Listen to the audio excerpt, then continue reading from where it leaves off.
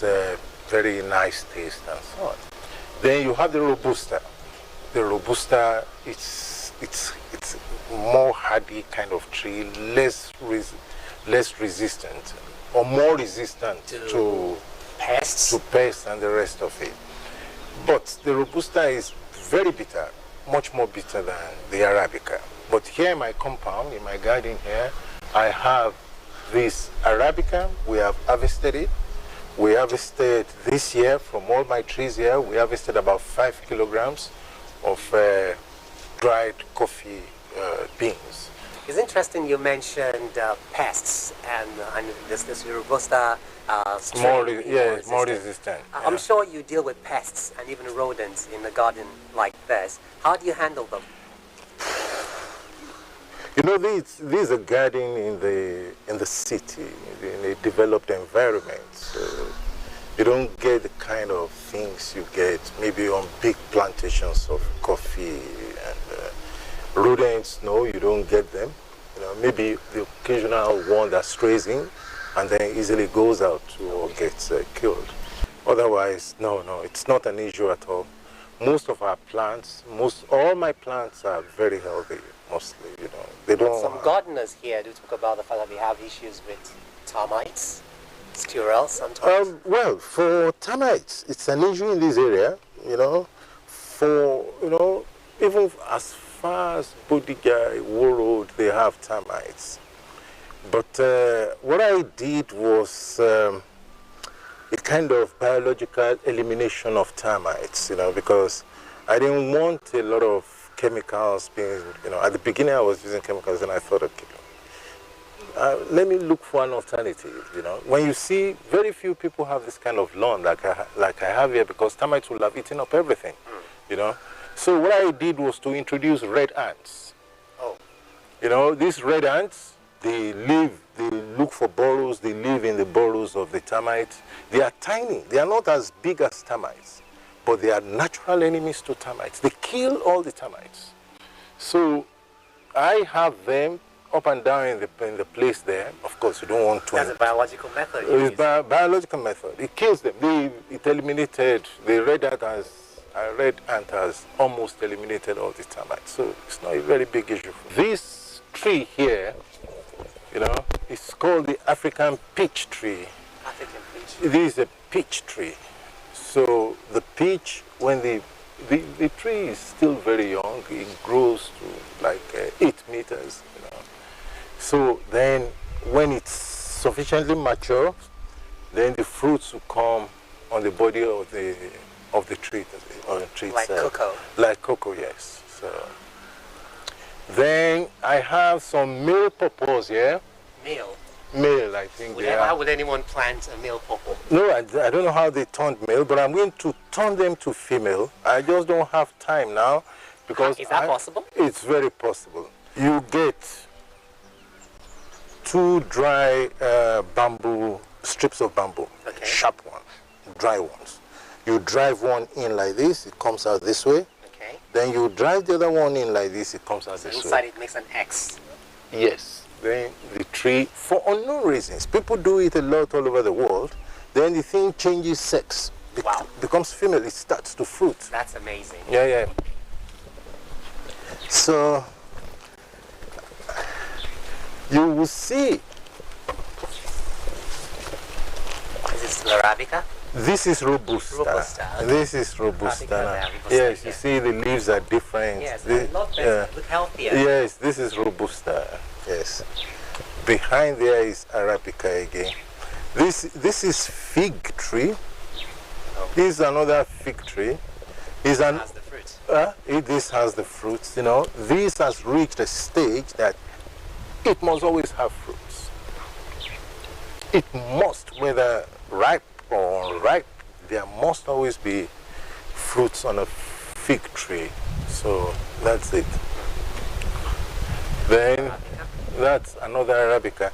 I just pruned. This plant? Yes, it's ginger. I just pruned my grape. Okay. If you see it, it's there. I just pruned it last week.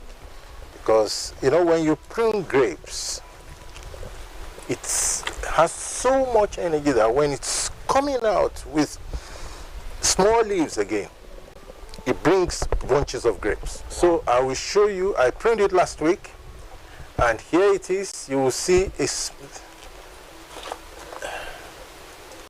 there is This? yes. You see, there's a bunch of grapes just coming out. Wow. Can you see it? See another one? Wait, is this the same as the Kalahari grapes we buy in the market? Kalahari. The big ones with the purple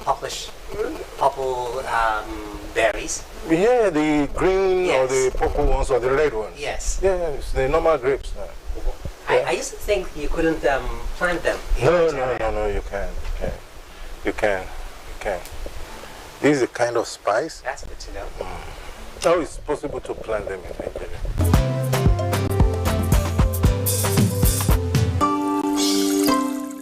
Lemongrass, an easy-going tropical plant or tender perennial which is happy in full sun and average garden soil.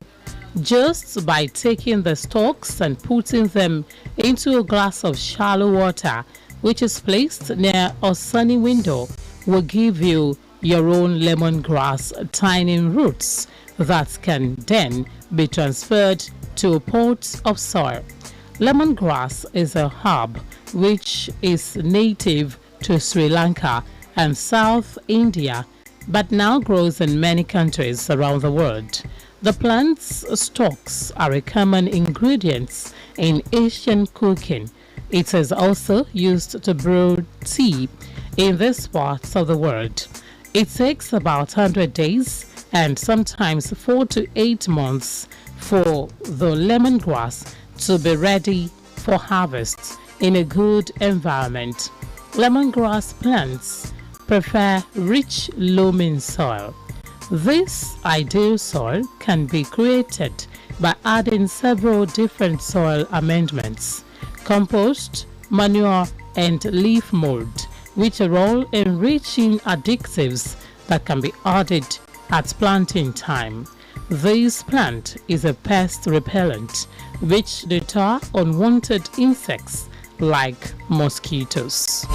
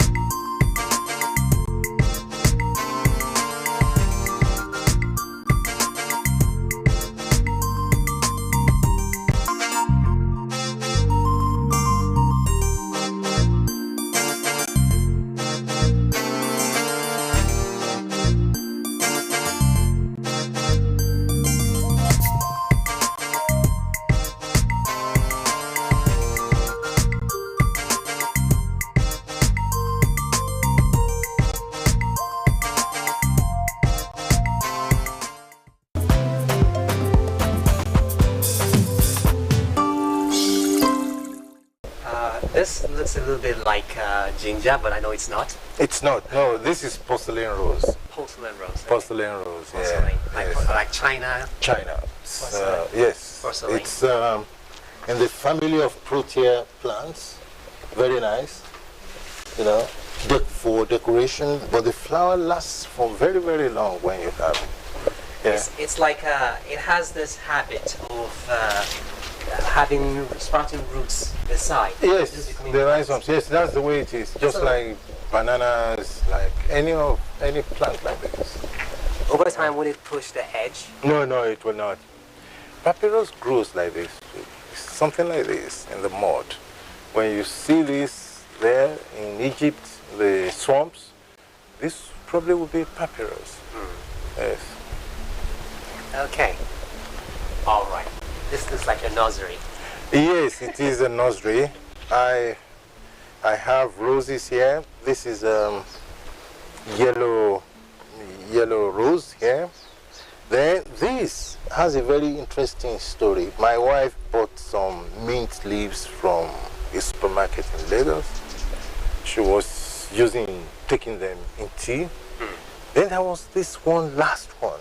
I was looking a bit sick, it was going to die. Then she said, oh, let me put this thing in water and see what happens. A few days later, and now we have our own mint. Great. You know? That's great. So, well, so we're still talking about the aesthetics and arranging the garden. Some people prefer to make use of hangers on the wall, but I see you have this metal arrangements here where you have pots in them. yes. So, how do you? I don't like to hang anything on the wall. I want them to be, you know, at the level of my eyes. No. Preferably even lower than the level of my eyes. Like you see most of my plants, except the fruit ones, you know. But all these, no, they have to be at the level of my eyes. Above is already an inconvenience for me, you know. This is a kind of orchid. Okay. Any particular reason for planting them on... These husks? Yes, husks from coconut. Coconut. People do it, but I think it's just to conserve humidity, you know. Okay. Yeah, but I think it's just to conserve humidity. That's aloe vera. Aloe vera, yes. And this? This is some strange white flowers. Oh. I've not seen the flowers, so I'm thinking of just taking it out of my collection. Huh? Sorry, pardon me. This looks like something we call ishapa. Yes, but I understand it also brings out flowers, so I'm expecting... and some sort of petals that are edible. I'm expecting to see. Oh, okay. I never saw it before. This? The hybrid of Christ thorns. Christ thorns. Yes, it's not native to this environment. I brought it, and it's done well with me. I gave cuttings to my friends. Didn't do well. That looks a little bit like sweet potato. Yes, it is. Right. Yes. What is this? It's a spring onion. Look at spring onions. Yes. So the flower makes it a little bit. Yes, like a flower. because the flowers, they do last. Huh? Yeah, when they cut them to put them in vases, we don't eat them. We don't eat it. But because of I keep them because of the flowers. Just to...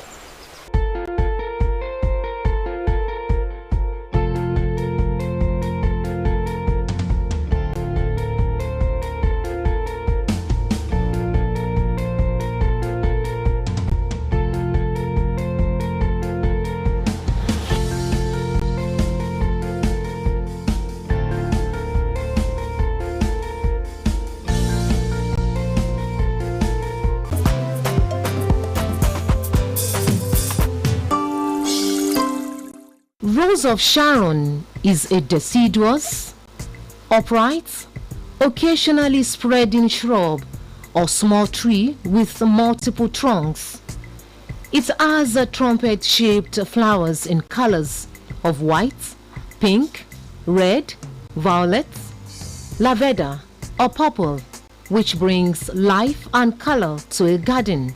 This shrub is tolerant of many soil textures, but requires ample moisture and some protection from midday to afternoon sun to flower at its best. The shrub will keep its upright form as it grows, so little pruning is required now. Did you know that the Rose of Sharon is native to China, East Asia, and India? That the name hibiscus is from an ancient Greek name for mallow, because this plant was thought to resemble the mallow blossom, that the shrub is hardy and easy to grow, that it's also known as Hibiscus syriacus, that it's easily propagated by stem cuttings, that it can grow in much colder areas than tropical hibiscus. If you did not know before, now you know.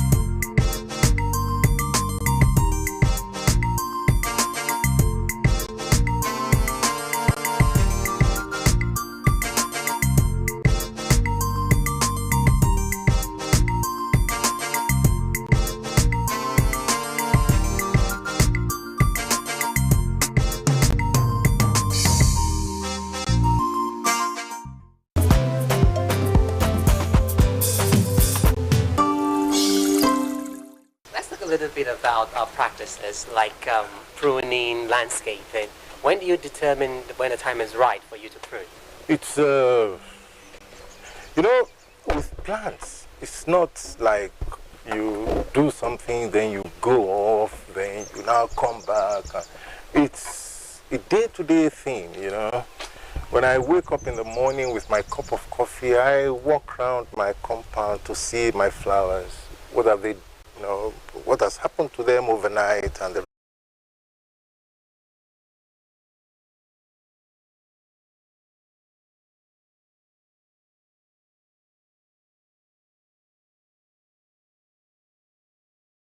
that any one of them has to be pruned, then I prune them. So it's not something that, you know, it's done once in a while. It's a continuous thing, because, you know, they are just part of your life. So you look after them. How do you respond to those who say that the best time to prune is when the flowers are wilted so that you can have another bloom? Yes, you know, there are some plants that I have here, some flowers,